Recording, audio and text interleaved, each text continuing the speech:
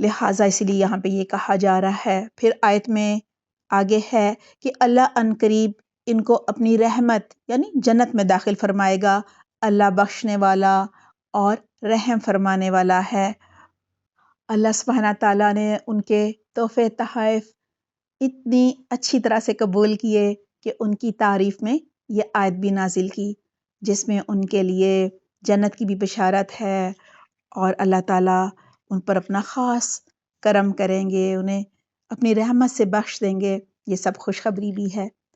بچوں، ایمان لانے کے بعد حضرت طوبان رضی اللہ عنہ نے بہت سے غزوات میں یعنی جنگوں میں بڑی ہی بہادری سے حصہ لیا. حضرت طوبان رضی اللہ عنہ نے اپنی قوم کے ساتھ مل کر حضرت ابوبکر صدیق رضی اللہ عنہ کے ساتھ بہت سے فتنوں کے خلاف جہاد کیا. اسی طرح پھر جب حضرت عمر رضی اللہ عنہ آئے تو ان کے دور خلافت میں بھی انہوں نے بہت سارے جہاد کیے اور بڑی ہی بہادری کا مظاہرہ کیا. پیارے بچوں، ابھی جنگ قادسیہ نہیں ہوئی تھی اور مسلمانوں کے لشکر کے جو سپہ سالار تھے نا، وہ حضرت سعد بن ابی وقاص رضی اللہ عنہ تھے. انہوں نے حضرت نعمان رضی اللہ عنہ کو ایک وفد کے ساتھ ایران کے بادشاہ کے پاس بھیجا تاکہ اسے اسلام کی دعوت دیں. بچوں، ایران کے بادشاہ نے حضرت طوبان رضی اللہ عنہ اور ان کے وفد سے پوچھا، کیوں آئے ہو اور ہم سے جنگ کیوں کرنا چاہتے ہو؟ کس چیز کے لالچ میں آئے ہو اور تمہیں یہ جرأت کیسے ہوئی؟ حضرت طوبان رضی اللہ عنہ نے سب سے پہلے اللہ سبحانہ تعالیٰ کی تعریف کی، حمد و ثنا کی. پھر فرمایا، اللہ نے ہم پر بڑا ہی کرم فرمایا ہے، ہماری ہدایت کے لیے رسول اللہ صلی اللہ علیہ وسلم کو بھیجا ہے. ہمارا رسول ہمیں نیک کاموں کی تلقین کرتا ہے، نیکی کا حکم دیتا ہے اور ہمیں برائی سے روکتا ہے. اور اللہ نے ہم سے وعدہ کیا ہے کہ اگر ہم اللہ اور رسول پر صلی اللہ علیہ وسلم پر ایمان لے آئیں گے تو اللہ ہمیں دنیا اور آخرت کی ساری بھلائیاں عطا فرمائے گا. ہم اللہ پر ایمان لائے ہیں تو اس نے ہمیں تھوڑے ہی عرصے میں بہت ساری نعمتیں دے دی ہیں، یعنی ہمارے رزق میں برکت ڈال دی ہے، ہماری ذلت کو عزت پہ بدل دیا ہے، ہماری آپس کی جو دشمنی تھی وہ دوستی میں، بھائی چارے میں بدل گئی ہے. بچہ، یاد ہے نا آپ کو، اوس اور خزرج دو قبائل تھے مدینہ میں جو کہ کئی 100 سالوں سے آپس میں جنگیں کر رہے تھے، لیکن جب وہ ایمان لائے تو بھائی بھائی بن گئے. پھر انہوں نے کہا کہ اللہ نے ہمیں حکم دیا ہے کہ ہم سب کو اسلام کی دعوت دیں اور یہ بھی ہمیں حکم دیا ہے کہ اس دعوت کا آغاز اپنے ہمسایہ ملکوں سے کریں، اسی لیے تو ہم آئے ہیں. لہٰذا ہم تمہیں ایمان لانے کی دعوت دیتے ہیں. اگر تم اسلام قبول کر لو گے تو ہم اللہ کی کتاب یعنی قرآن تمہارے پاس چھوڑ جائیں گے. تم اللہ کے احکامات پڑھنا، سمجھنا اور ان احکامات کے مطابق اپنی حکومت چلانا. ہم تمہارے کسی معاملے میں دخل اندازی نہیں کریں گے. ہاں، اگر تم اسلام قبول نہیں کرو گے تو پھر ہم تم سے جزیہ، جی بچو جزیہ ٹیکس کو کہتے ہیں، تم سے جزیہ لیں گے اور پھر تمہاری حفاظت ہمارے ذمہ ہوگی. اگر ایمان بھی نہیں لاؤ گے اور جزیہ بھی نہیں دو گے تو پھر ہم تم سے جنگ کا اعلان کرتے ہیں. یہ سن کر ایران کا بادشاہ شدید غصے میں آ گیا. ظاہر ہے اس زمانے کی سپر پاور تھا ایران، غصہ تو آنا تھا. بادشاہ کہنے لگا، تم سے زیادہ بدبخت اور کمتر حقیر قوم میں نے کوئی نہیں دیکھی. پھر وہ بچوں غصے پر قابو بالکل نہیں پا سکا. پھر اس نے بہت باتیں سنائیں، آہستہ آہستہ اپنے غصے پہ قابو پایا، کچھ ٹھنڈا ہوا اور کہنے لگا کہ اگر تمہیں غلے کی ضرورت ہے، ظاہر ہے قحط تھا، کھانے پینے کی کمی تھی، تو مجھے بتاؤ، میں تمہیں اتنا غلہ دوں گا کہ تمہارے گھروں میں خوشحالی آ جائے گی. اور اس کے ساتھ ساتھ اگر تمہیں کپڑوں کی ضرورت ہے تو میں عمدہ لباس دوں گا تم سب کو، اور جو چاہیے وہ سب دوں گا۔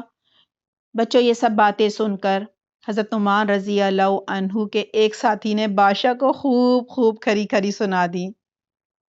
انہیں سنتے ہی ایران کا بادشاہ تو آگ بگولا ہو گیا، شدید غصے میں آ گیا اور کہنے لگا اگر ہمارا قاصدوں کے تحفظ کا معاہدہ نہ ہوتا کہ جو بھی قاصد آئے گا پیغام لے کر آئے گا اپنے بادشاہ کا یا ظاہر ہے اپنے امیر کا، یہ تو حضرت محمد صلی اللہ علیہ وسلم کا پیغام لائے تھے نا، تو قاصدوں کو ہم قتل نہیں کریں گے، ان کو تحفظ دیں گے، ان کی حفاظت کریں گے۔ اگر ہمارا یہ معاہدہ نہ ہوتا تو آج میں تمہیں قتل کر دیتا۔ پھر وہ غصے میں چیخنے لگا کہ میری آنکھوں سے دور ہو جاؤ، اب میں ایک فوج مدینہ بھیجوں گا جو تمہارے سردار کو اور تمہارے سب لوگوں کو قادسیہ کی خندق میں دفن کر دے گا میرا وہ لشکر۔ پھر بادشاہ نے مٹی کا ایک ٹوکرا منگوایا اور کہا تم میں سے جو سب سے زیادہ معزز عزت والا سمجھا جاتا ہے وہ اس مٹی کے ٹوکرے کو سر پر اٹھا لے۔ حضرت عاصم بن عمر رضی اللہ عنہ آگے بڑھے اور انہوں نے مٹی کا ٹوکرا سر پر اٹھا لیا۔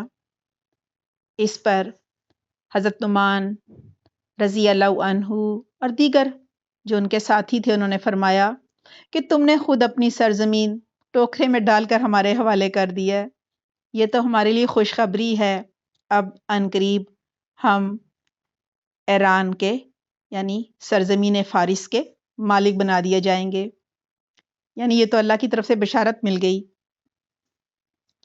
حضرت نعمان بن مقرن المزنی رضی اللہ عنہ مسلمانوں کے وفد کے ساتھ یہ اتنی بڑی خوشخبری لے کر ٹوکرے کی شکل میں جس میں مٹی بھری ہوئی تھی ان کے ملک کی، اسے لے کر حضرت سعد بن ابی وقاص رضی اللہ عنہ کے پاس لوٹے۔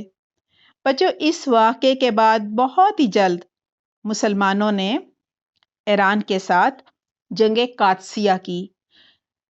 قادسیہ کی خندق ہزاروں لاشوں سے بھر گئی، لیکن بچوں یہ لاشیں مسلمانوں کی نہیں تھیں، جیسا کہ ایران کے بادشاہ نے کہا تھا کہ میں قادسیہ کی خندق کو تو مسلمانوں کی لاشوں سے بھر دوں گا، ایسا بالکل نہیں تھا، بلکہ یہ سب لاشیں ایرانیوں کی تھیں، بہت بری انہیں شکست ہوئی تھی۔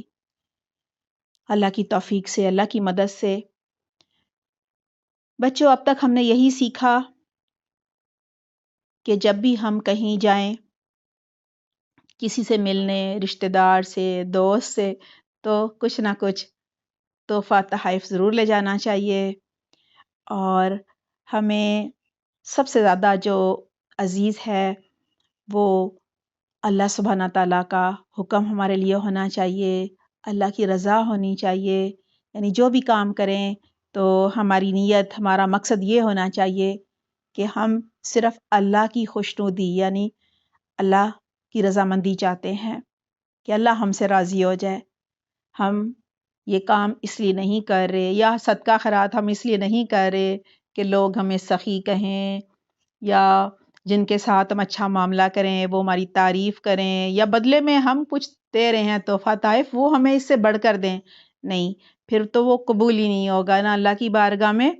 لہٰذا جو بھی دینا ہے ہم نے اخلاص کے ساتھ صرف اللہ سے اس کا اجر چاہنا ہے، کسی بندے سے نہیں، اور اللہ ہی نے کہا ہے نا آپ اس میں تحفے تحائف دیا کرو، تو اس نیت سے بھی دیے جا سکتے ہیں کہ اللہ خوش ہوگا۔ اور پھر ظاہر ہے اس زمانے میں تو آپ صلی اللہ علیہ وسلم کے بارے میں ہے نا کہ وہ دعا دیں گے، تو ہم جس کو دیں گے، جس کی مدد کریں گے تو وہ ہمیں دعائیں دے گا۔ اللہ تعالیٰ ہمیں بہترین توفیق دے کہ ہم اپنے صحابہ کرام رضی اللہ عنہم کے نقش قدم پر چلیں، انہیں اپنا رول ماڈل بنائیں۔ آمین اللہم آمین۔ بچوں اگلی دفعہ ہم حضرت نعمان رضی اللہ عنہ کے بارے میں مزید جانیں گے، اپنا بہت خیال رکھیے گا۔ سبحانک اللہم و بحمدک، نشہد لا الہ الا انت، نستغفرک و نتوب الیک۔ والسلام علیکم ورحمۃ اللہ وبرکاتہ۔